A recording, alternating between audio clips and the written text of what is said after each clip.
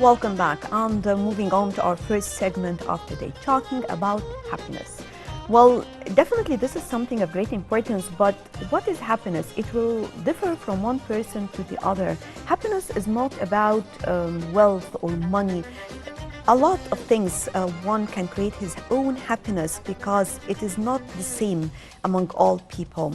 Over or rather in the studio here, we have with us Miss Amira Masry, and she is an expert in human development. First of all, welcome to the show. Thank you. As I mentioned, yes, happiness is not about money or wealth, but also it is not the same with all people. Some people, it has to do sometimes with satisfaction or a lot of things actually, but happiness can never be the same to all people. That's true, 100%. Actually, it's a philosophy, and it differs from one person to another according to how do they interpret happiness. Happiness is a very broad, if we may say, concept or value.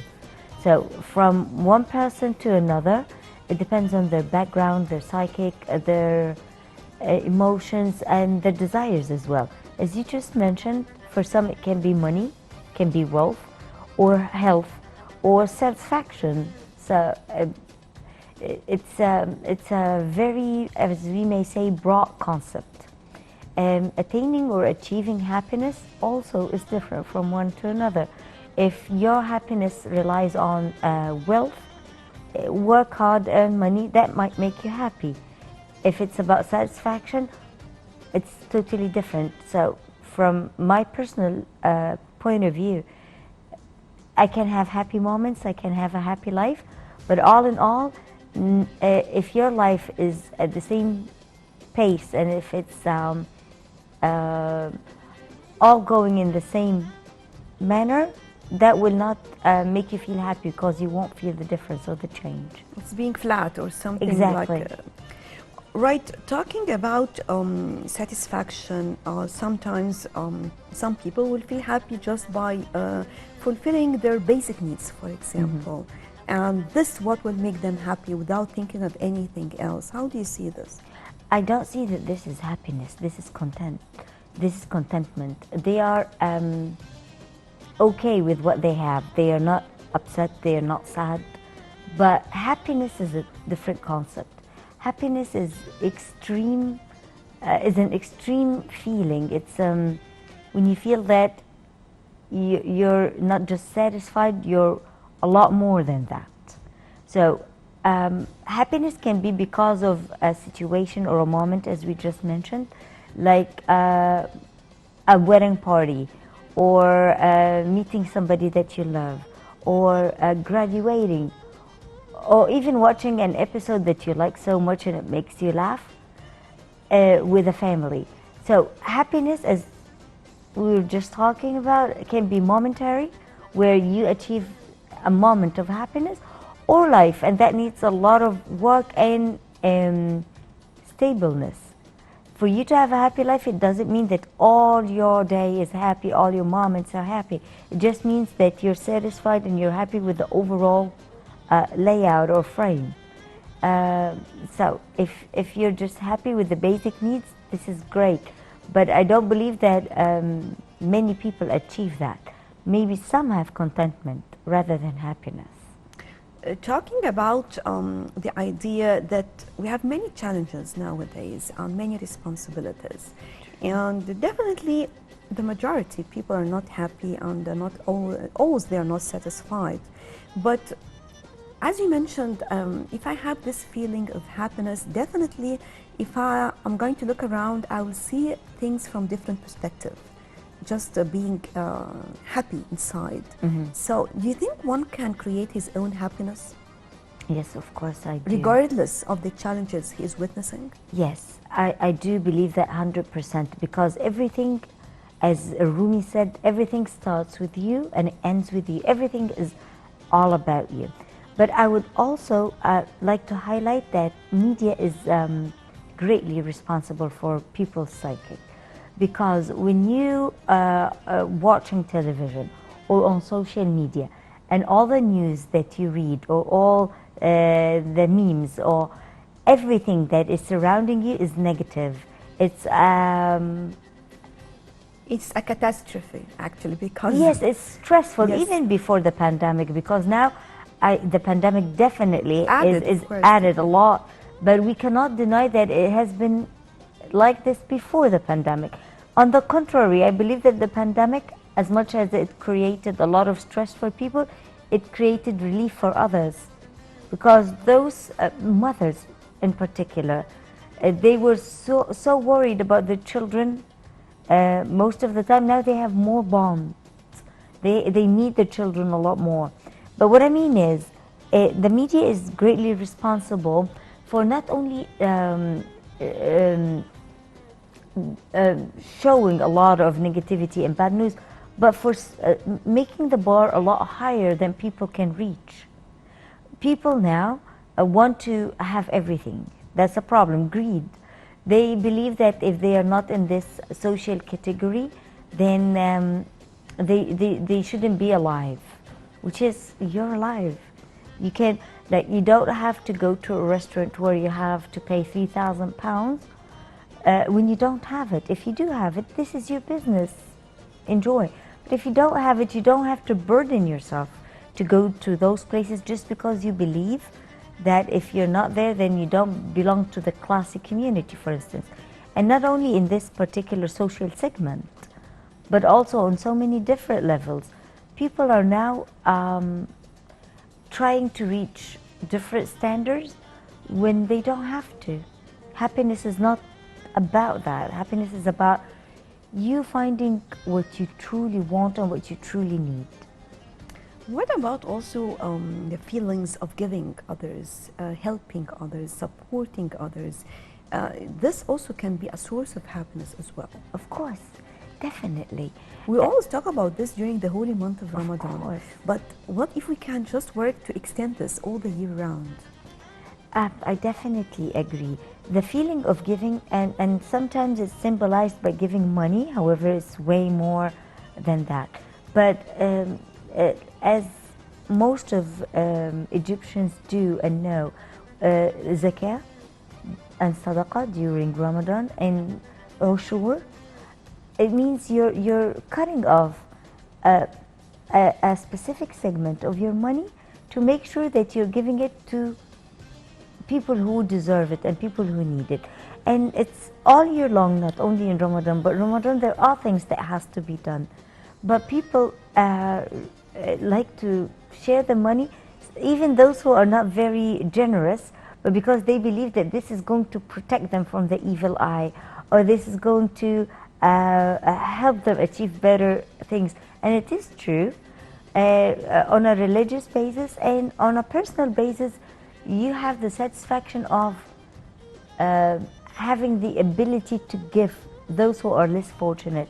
And for people, it's the ability to support and to help people. And as we just talked about, it's not only money. Helping can be in so many different ways and forms, like cooking for others, preparing an iftar meal, not only for the poor, but for your friends, for your family, for going to visit a friend or a family member without large gatherings because of the pandemic, and buying something that your friend or your family member loves. Helping others feel happy makes you way more happier, and happiness is contagious. That's Sometimes a smile, nice words, just highlighting positive things also can help others as well. That is true, and on a religious basis, it's mentioned in Yes. different religions, because as we were just saying, it's contagious.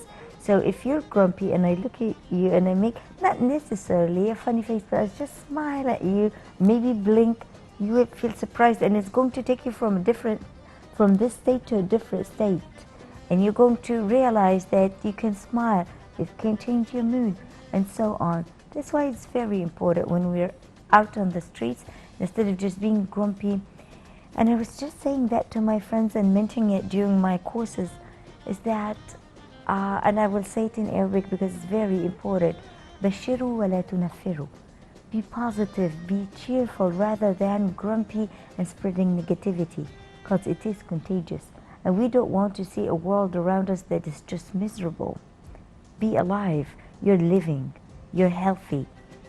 We're facing a lot of difficulties, but we're giving so many blessings. Just be thankful. And by smiling at people's faces, you'll have them smile back at you or to others. And I'm happy that people are talking about it, especially during the holy month of Ramadan, because people are usually grumpy during Ramadan. And it's not an excuse. They were like, because we're fasting, we're cutting so many habits like drinking coffee, and some have bad habits like smoking. But fasting is supposed to be helping you overcome these things. So, and not only that, you're supposed to show great self-control. So if you can't, then it's pointless. How can we teach our children to feel happy or to create their own happiness, especially during this period of time? Well, I won't talk about studies. I'll talk about a personal experience. Well, when I was young, I was taught that happiness is about not only being satisfied, but making sure that others around you are happy. Right, you cannot, this is a very difficult equation because you cannot make everybody around you happy. But at least when you do everything, you feel righteous and you give all what you can to yourself before others, because taking care of yourself is the core and the most important part, not selfishness. But if you're not happy, you're not satisfied, you cannot help those who are around you. Be confident, believe in Almighty, know that He's not just fair and just, He's merciful. So enjoy the elements around you, enjoy nature. Don't just put yourself into a screen. Enjoy what's going around you. Know that birds are around you happy and praying. Know that the trees are around you, and try to gain your happiness and your strength from natural elements around you. Feel grounded, feel supported. How to work in this? I mean, of course, sometimes it is easy to talk about it, Sure. but when it comes to the application or to the practical life, it is not that easy with some people. Some people, they want to do it, they want to feel happy, but some others, they are really negative, and it looks like as if when they see someone happy, that they're trying to just to give him the negativity. True. Yes, which is really something very weird. And sometimes you feel that I want to feel happy, but I don't know from where to start. I'm fed up with whatever is going on. I want to just to give myself a break, to just recharge myself. Energy. All right, I'll talk on two different levels. I'll talk about the theoretical level that I believe in and the application. On a theoretical level, yes, it is true that those who have or filled with negative energy, they definitely have to pass it one way or another. Not because they're bad people, but because it has to balance.